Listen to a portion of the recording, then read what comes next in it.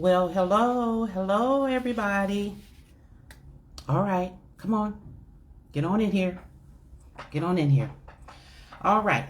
So, we are going to be talking about power. One of my favorite subjects in the whole wide world. Nearly everything I talk about, I write about, all of it points to power or the lack thereof. So just come on.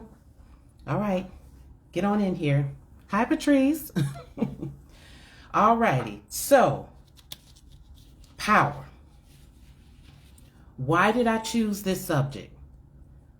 Because power influences every area of our lives. Every area. And the single most important thing a woman can do on her personal journey to wholeness, healing, authenticity, self-acceptance, and self-love is to claim it. Hands down. It's to claim it. Because without power, there is no wholeness. There is no wholeness. Without power, there is no healing. There is no authenticity, no self-acceptance, no self-love. You have to have your power.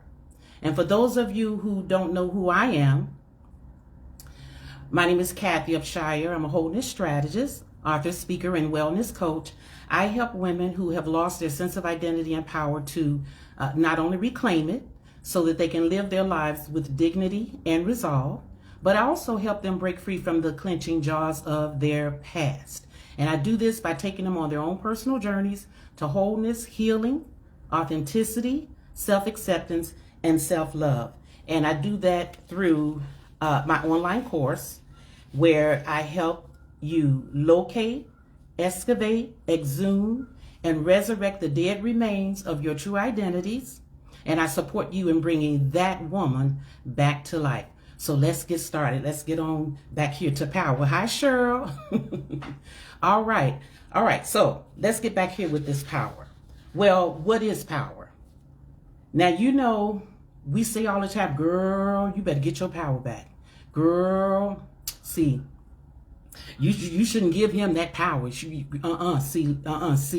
Well, girl, you better go over there and reclaim it. Get that power. We say that all the time, right? But do we know what we're talking about? Do we know what we're saying, right? So if you tell somebody, girl, you better go get your power back, well, what are you telling them to go do? What if they don't know what power is? If you don't know what power is, you won't know what to go get, right? Or if you don't know what power is, you don't know that you're even giving it away. Hi, Sheila. So you got to know what power is, all right? Okay, so what I wanted to do, I wanted to put together a definition of power, something that is simple. I didn't want to get too complex with it because it really is simple. It really is. So I didn't want to get too complex with the definition. So I put something together that is easy to digest and really easy to remember, okay? So power is the awesomeness you feel when you assume responsibility for your own emotional well-being. That's it. We can go home now. I know you all thought I was going to say something deep, but it is not deep. Power is the awesomeness you feel. You know that you ever hear people say, I'm in a good place, right? It's that good place. It's that good place. And it's that place that you get to when you assume responsibility for your own emotional well-being. And if you give that responsibility to anyone else, you might as well get out the Band-Aids because you're going to need them, and lots of them. And I'm telling you, I know this I know this from experience because I had to go on my own personal journey because I was in so much pain, so much pain. And I couldn't live another day. And I had been in pain for many years. And I couldn't go on another day. So I embarked upon this thing I call now a journey. I didn't know that's what it was at the time. But I embarked upon this journey. And I was able to move through this journey. And I discovered a lot of things. But I want to talk about the lack of power. Because show me a woman. As a matter of fact, I want to read it from, and I'm reading from Woman Find Thyself. I'm the author, and I'm reading, and those of you who already have the book, I'm on page 95. And I'm reading one of my power boosters. My power boosters are meant to just give you a boost of power, okay? To just enlighten you. To heighten your awareness, all right? It says, show me a woman who has given away her power, and I'll show you one who is somewhere licking her wounds. I guarantee you. Woman, reclaim your power. Heal thyself. Just show me a woman. I don't have to spend a whole lot of time with her to know that she's given away her power. Because if she's given away her power, she's in pain.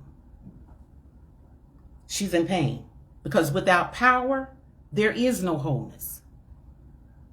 Without power, there is no healing. There's no authenticity. You're not an authentic woman if you have given away your power. You need power to be authentic. There is no self-acceptance, no self-love without power. And if you give your power away, you're opening yourself up for a lot of agony and pain. You, not someone else, you are opening yourself up to a lot of agony and pain. And I might add, unnecessary pain. Unnecessary pain. Self-inflicted pain. All because you've given away your power. And what you will learn is what you're feeling. As a matter of fact, I want to read that as well. It's on page 119. And it says, and again, I'm reading from Woman Find Thyself. And for those of you, if you would like a copy of Woman Find Thyself, you can go to my website at kathyupshire.com and just click on the link and it'll take you to where you can purchase it. Click on the link or click on the cover. Both will take you to where you can purchase it. But it says, listen to this. This is one of the power boosters. What you're feeling on the inside has more to do with what's going on with you than what's going on around you.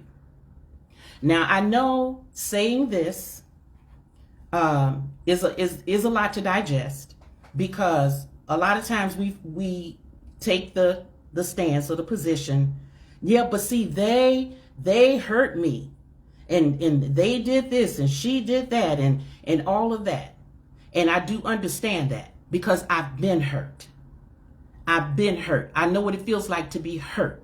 I know what it feels like to have been rejected. I know what it feels like to have been, I've been in every kind of situation a woman can be in. I've experienced it all. Domestic violence, emotional abuse, abandonment, betrayal. I've had lies told. I had lies told me all kind of crap. I've been through it all.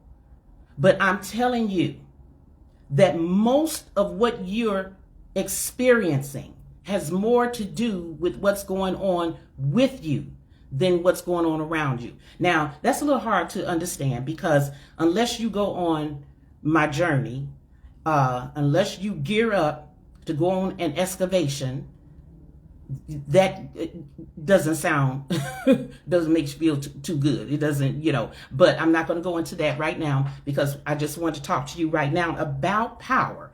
But believe you me, and I went on my own personal journey and I did reach my destination, that place of wholeness, healing, authenticity, self-acceptance, and self-love. And it doesn't matter what's going on externally. It doesn't matter what the people around me are doing. It doesn't matter. It doesn't matter. The responsibility of maintaining my emotional well-being is mine and mine alone. And I embrace that because it keeps me in a good place. Okay? All righty. So let's move on. So you might say, well, how do I give my power away? How do I give my power away?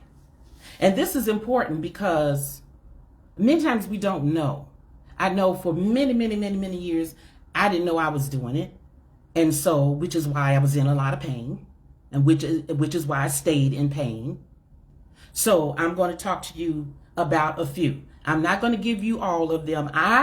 For this live, I selected 4, and I'm going to share those 4 with you. If you just do these 4 alone, you're going to see your life change. This right here is enough for you to see results in your own life. Okay? All righty. So, number 1. And this one is pretty, you all know this one because you've been hearing it for years. Okay. If you're looking for someone to make you happy, you're giving away your power. If you're looking for someone to make you happy, you're giving away your power. Because see, here's the deal. What if they can't make you happy? What if they can't? What if they can't do it? What if they're unhappy themselves? What if they're still trying to figure out their stuff? They're still trying to figure out how to make themselves happy because they're clueless. What if? Okay? All right. What if their emotional cup is empty? What if they didn't even get a lot of love when they were a child? What if they don't even know what love is? They're still trying to figure it out. Now listen to this. What if they don't want to make you happy? What if they don't want to? And where does that leave you? Somewhere licking your wounds.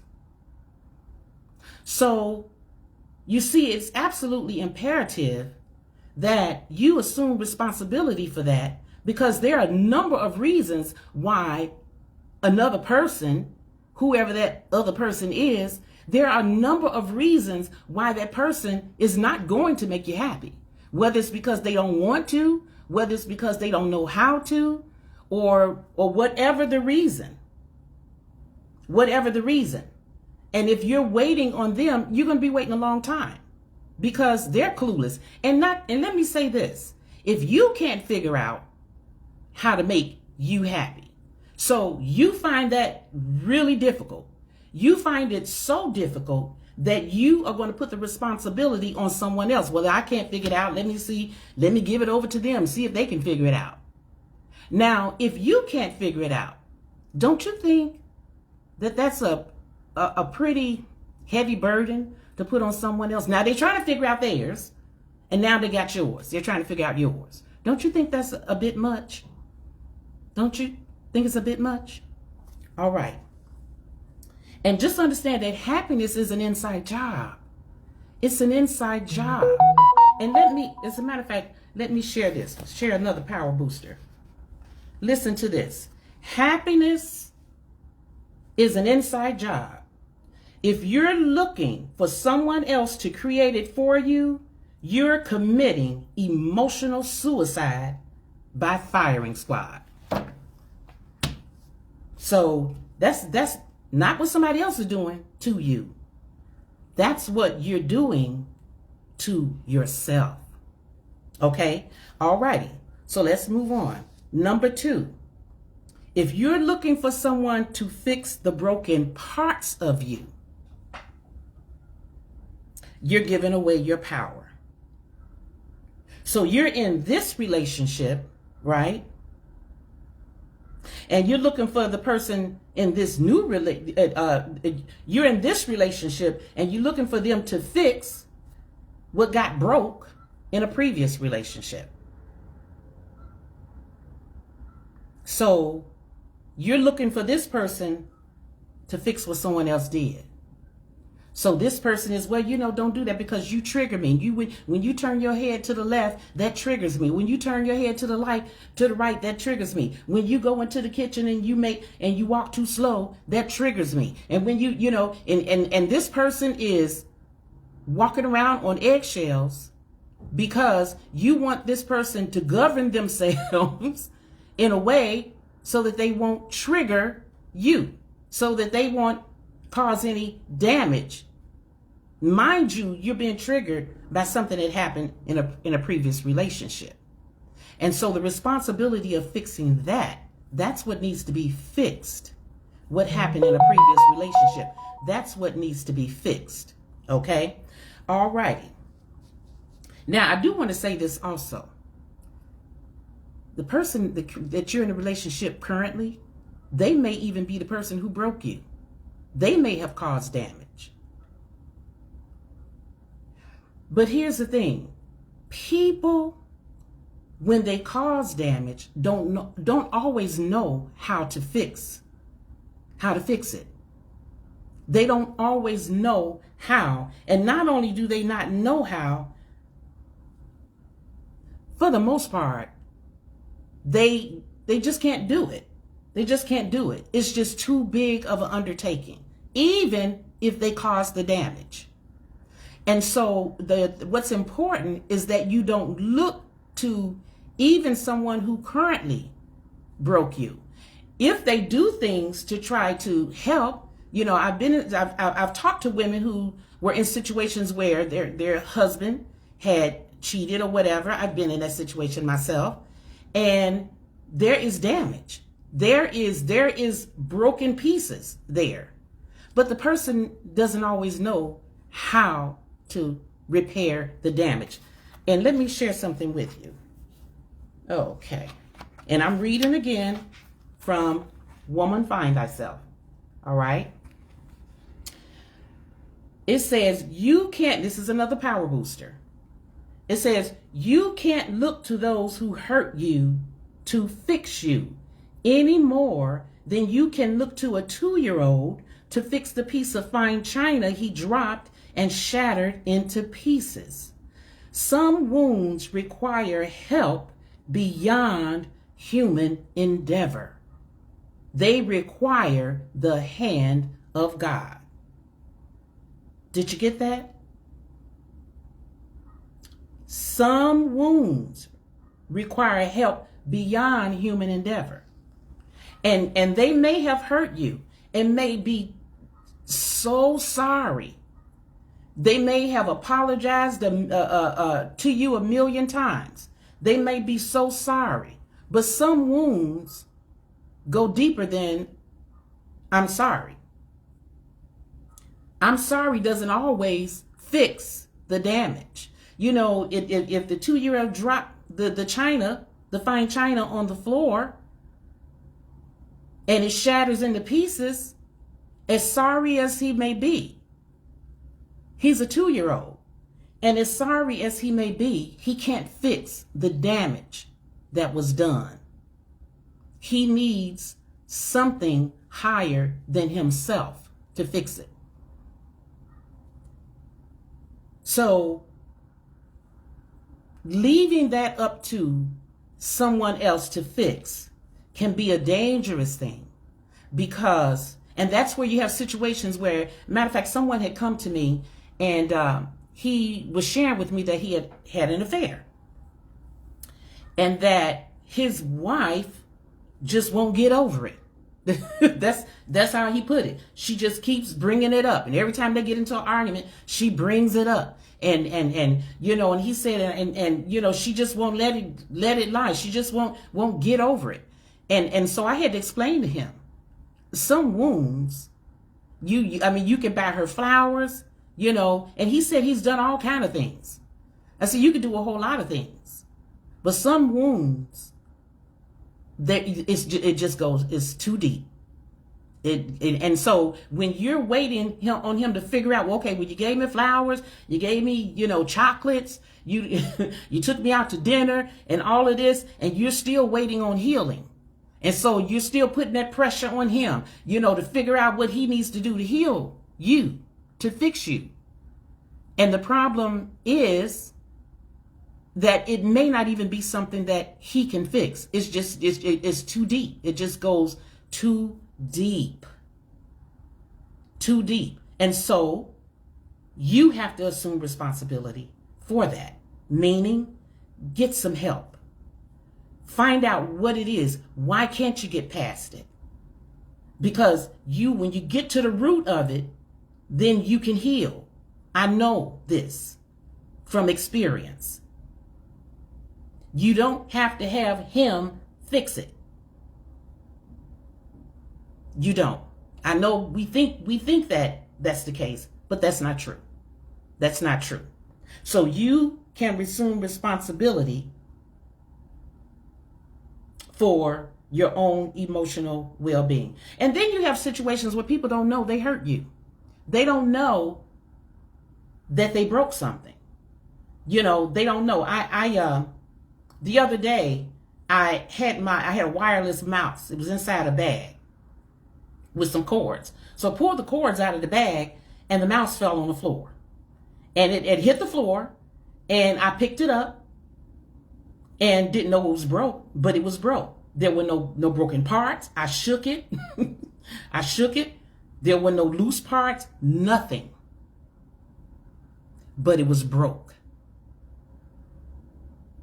And I didn't know it until I wanted to try to use it. I didn't realize that the fall broke it. Sometimes people don't know that they broke something, that they caused an injury, that they offended you. I had a family member who said something one time. We were in a group, and we was just talking, and you know, and she made a comment. And I was offended by it.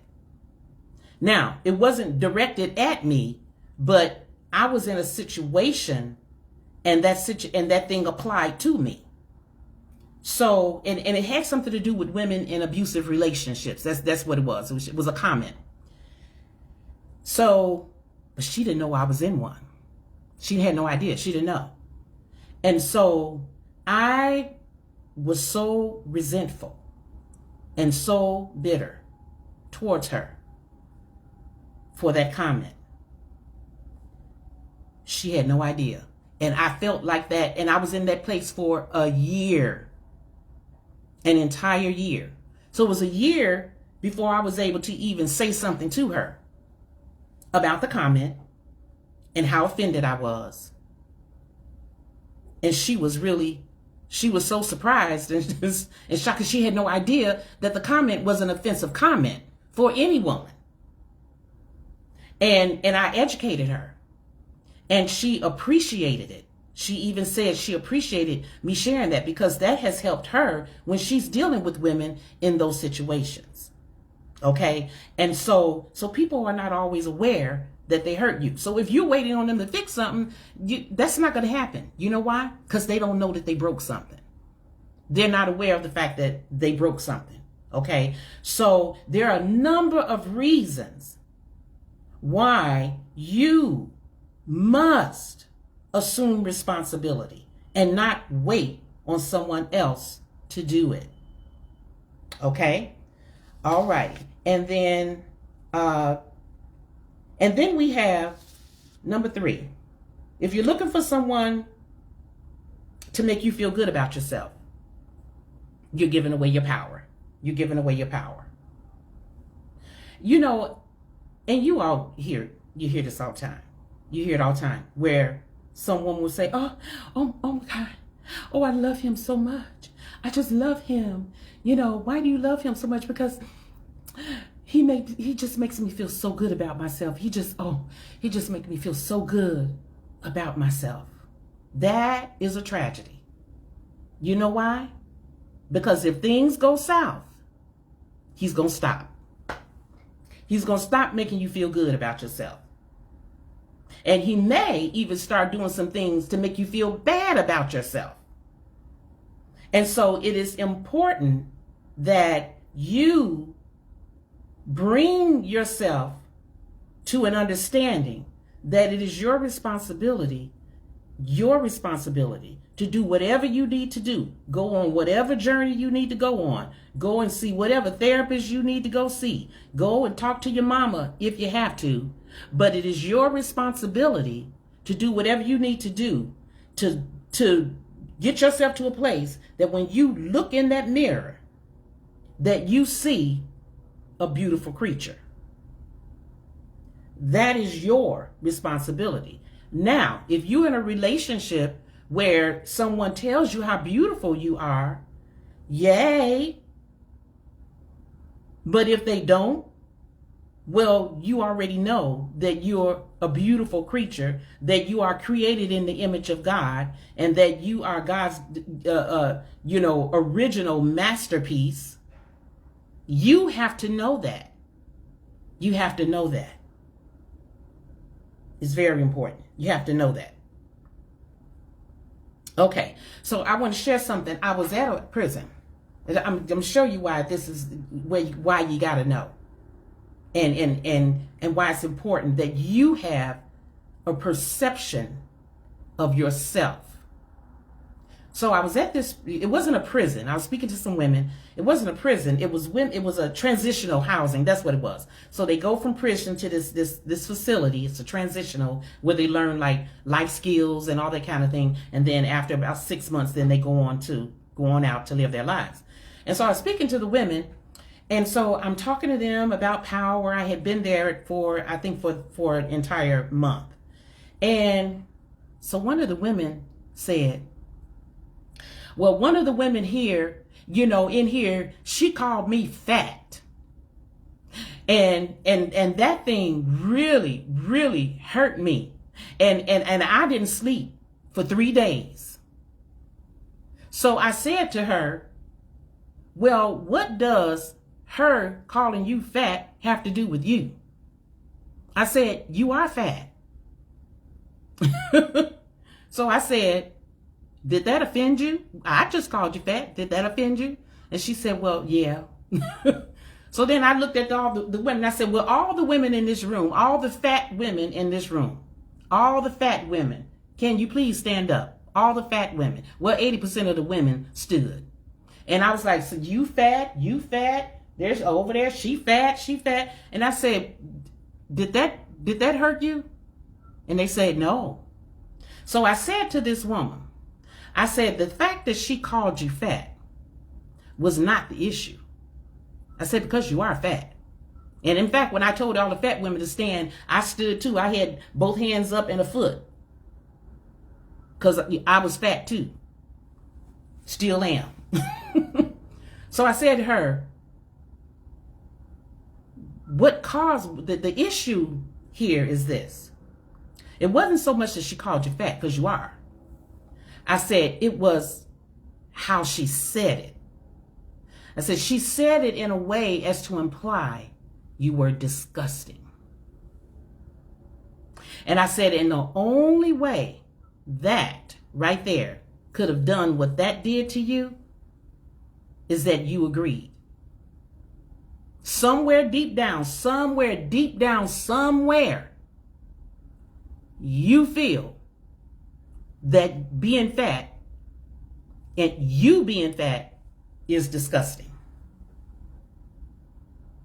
And then she began to share that when she was a little girl, when she was young woman, not just a little girl, but young, under her mother's care, how her mother was always talking about being fat and how, horrible that is to be fat. And, and this horrible thing about this fat thing.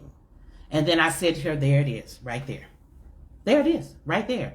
I said, so the fact that that woman called you fat, I said, and it hurt you and it affected you the way it did. I said, what actually, in actuality, she was your greatest teacher, because she taught you that you have work to do.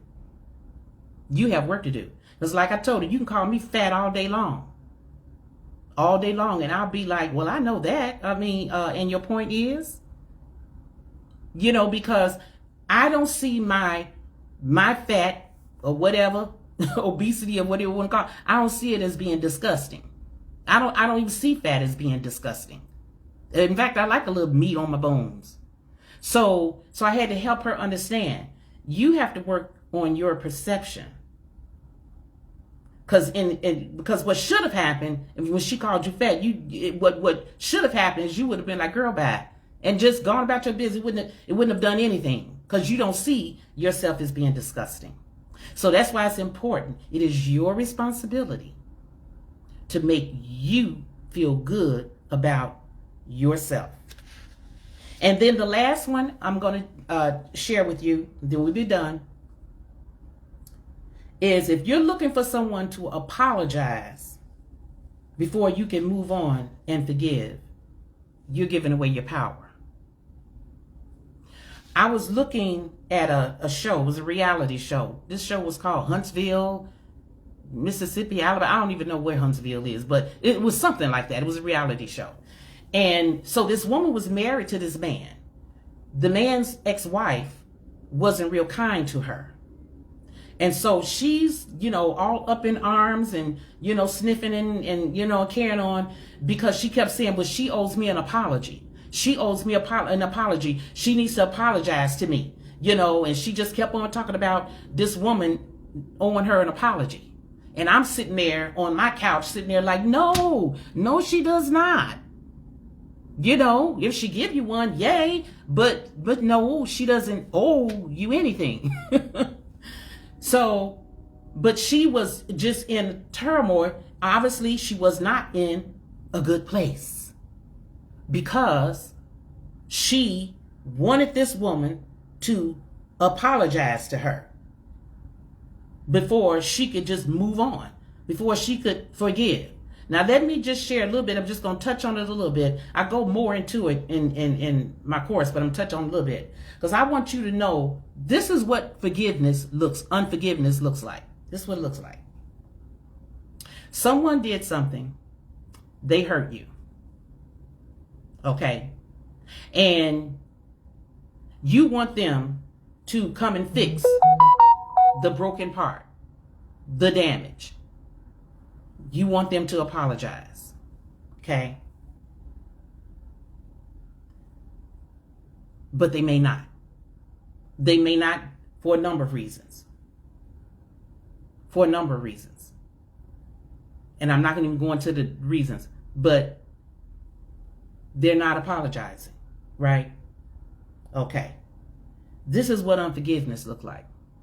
Well, I'm going to sit. Well, first of all, so you're going to be unforgiving. And when you're unforgiving, you're full of resentment and bitterness. Okay, so you're full of this. You're full of this unforgiveness. You're full of bitterness, and unforgiveness is this. I'm going to sit right here, and I'm going to continue to be resentful and bitter. Translation: miserable. Until you come over here and fix me. That's what unforgiveness is. I'm going to continue to be miserable, because when you're bitter and resentful and unforgiving, it comes with the territory. If you're unforgiving, you're going to be bitter. You're going to be resentful. In translation, miserable. And that's what when you say when you're not going to forgive, you're saying, I'm going to stay miserable. And I'm going to stay that way until you get over here and fix the damage you've done. Now get over here and fix me. Come on. Come on over here. Can you come on over here and fix me? Fix me. Okay, well, you're not going to fix me? Okay, well, I'm just going to stay miserable. I'm going to stay miserable and broken. That's unforgiveness. So, is that what you want to do? You know, your enemy Is that what you want to do? You want to be a co-conspirator with an enemy? With someone who wanted to hurt you on top of that? You're going to be a co-conspirator? They wanted to hurt you? Well, I'm going to help you. Okay, you hurt me and you knew you were trying to and you wanted to hurt me. Well, okay, well, I'm going to help you. I'm going to finish the job off and hurt me some more. That's what you're doing. When you forget, that's what you're doing. When you're waiting on somebody to come over here and fix you, waiting on for somebody to apologize. Now, if someone apologizes, yay, that's a wonderful thing. But you have to understand it may not happen. So if they're not going to apologize, then what you do, assume responsibility for your own emotional well-being. Take your power and say, you don't have to. You don't have to. Someone recently apologized to me. Someone recently. It was a family member. And she had said some things, some horrible things, some very horrible things. And this was a little over a year ago.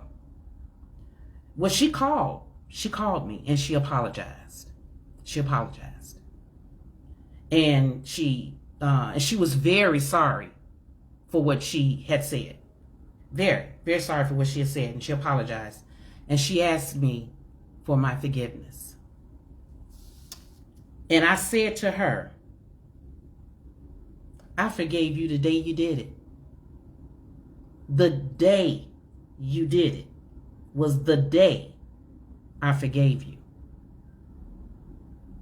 That was when I forgave you. And I hadn't thought anything else of it.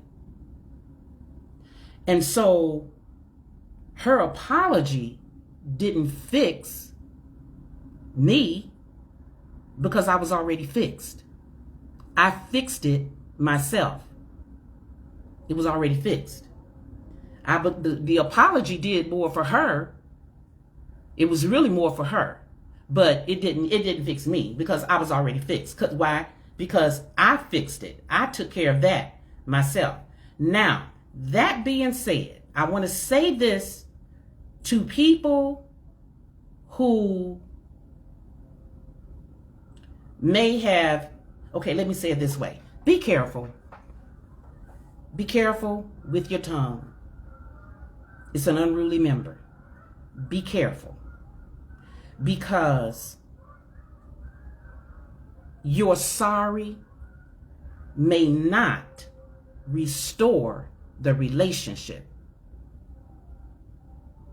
So it can cause damage to the relationship, and though you may apologize, it may not restore the relationship to where it was originally. So you may have one, but maybe not necessarily to its original state. So it may be a new relationship. Don't mean it won't be one. It could be a new relationship, but doesn't mean it's going to restore it to its original state. So just kind of keep that in mind. So, use wisdom when you're talking and when you're saying things. Use wisdom. Okay? All right. So I am done. I can go on, I promise you, all night talking about power. All night. So this one word that I want to give you, if you don't do anything else, assume responsibility for your own emotional well-being and watch, don't your life change. Watch, don't your life change. And again, if you want a copy of Woman Find Thyself, so the power boosters and pretty much of what I'm talking about today came from Woman Find Thyself. I'm the author, and you can go to my website at kathyupshire.com if you want to purchase a copy. There's a link. Just click on the link and it'll take you to right to where you can purchase it. All righty, ladies. All right, I had a good time. Sorry I wasn't able to talk to you all in the comments. You know what? I have dyslexia. So when things are moving like right to the, my eyeballs, they move so slow. And I've had it all my life. They tried to fix it. They tried to fix it in high school. It didn't work. Okay. So it's very difficult for my eyes to go back and forth. So I do apologize for that.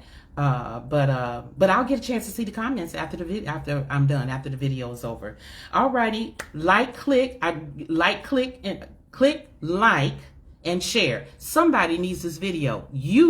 I know you know a number of women who need this video. So go ahead and click like and then share it and bless them, okay? All right, until next time, ladies, I'll see you later. Bye-bye.